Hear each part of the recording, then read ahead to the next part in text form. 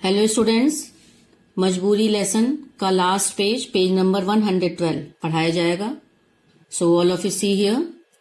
इस बार तो अम्मा बहू जी ने बेटू को हिला लिया। जब शिबू रमा के पास से लौटा तो उसने बेटू का सारा हाल अम्मा को बताना शुरू किया।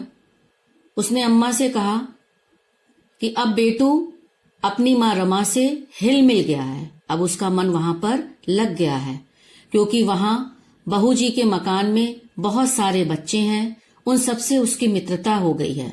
सो अब वह खूब खेलता है। और बंबई शहर बहुत बड़ा शहर है, वहां पर ट्राम बस चलती है, वहां पर बगीचे हैं, पार्क है, झूले हैं, इन सब में अब उसका मन पूर्णतया लग गया।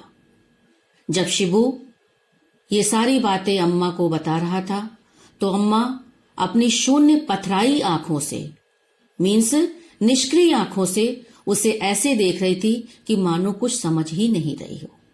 और शिबू अपने ही रौ में कहते चला जा रहा था कि चलो अम्मा, अब तुम्हारी चिंता दूर हुई, और मैं तो 2 दिन इसी मारे ज्यादा रुक गया कि कहीं अगर बेटू रोया तो उसे मैं अपने साथ ले आऊंगा। लेकिन इस बार बहू जी ने उसे समझा दिया और वह भी अच्छी तरह समझ गया। अब वह वहां पर जम जाएगा, मीन्स अब वह उसका मन वहां पर लग गया है, वह वहीं पर रुक जाएगा। आगे उसने अम्मा से कहा, अब तो तुम प्रसाद चढ़ाओ अम्मा, और मजे से भजन पूजन करो। अभी तक तुम बेटू के पीछे पीछे लगी रहती थी, सारा दिन उसी में व्यस्त रहती थी, लेकिन अब बेटू के जाने पर तुम अपना बाकी बचा हुआ जीवन भगवान के भजन कीर्तन में लगा लो। नेक्स्ट पैराग्राफ सी।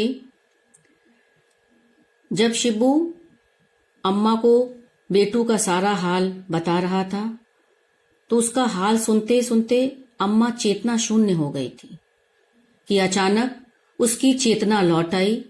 उसने शिबू से कहा कि क्या बेटू मुझे भूल गया? वास्तव में मेरी बहुत बड़ी चिंता दूर हुई। इस बार भगवान ने मेरी प्रार्थना सुन ली। मैं जरूर प्रसाद चढ़ाऊंगी। मेरे बच्चे के जी का क्लेश मिटा और मैं प्रसाद नहीं चढ़ाऊंगी भला?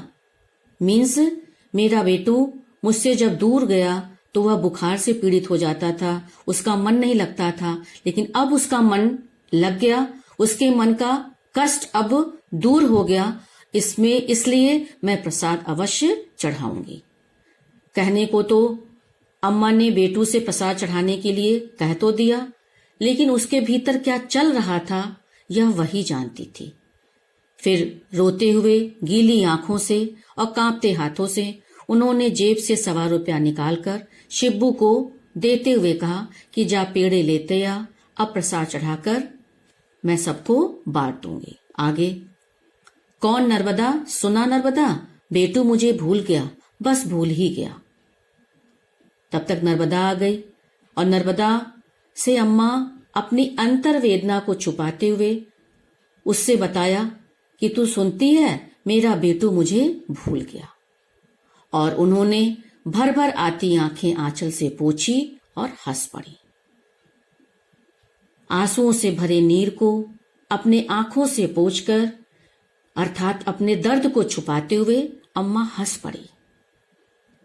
लेकिन अम्मा की ये हंसी अम्मा को बेटू के बिना अकेले जीने की मजबूरी को संकेत कर रही थी। क्लियर हो गया होगा? तो इस लेसन में लेखिका ने यह बताने का प्रयास किया कि पहले अम्मा अपने युवा पुत्र रामेश्वर से अलग नहीं होना चाहती थी, परंतु उसे होना ही पड़ा क्योंकि उसकी मजबूरी थी। और अब वह बेटू से अलग नहीं होना चाहती थी, परंतु मजबूरी ने उसे भी छीन लिया और एक बार वह पुनः अकेली हो गई और मजबूरीवश उसके बिछुड़ने का दुख उसे स्वीकार करना पड़ा। आई थिंक लेसन समझ में आ गया होगा। लेसन कंप्लीट हो गया। लेसन से रिलेटेड एक्सट्रैक्ट कराए गए थे, 3 एक्सट्रैक्ट कराए गए थे। अब नेक्स्ट एक्सट्रैक्ट कराया जाएगा।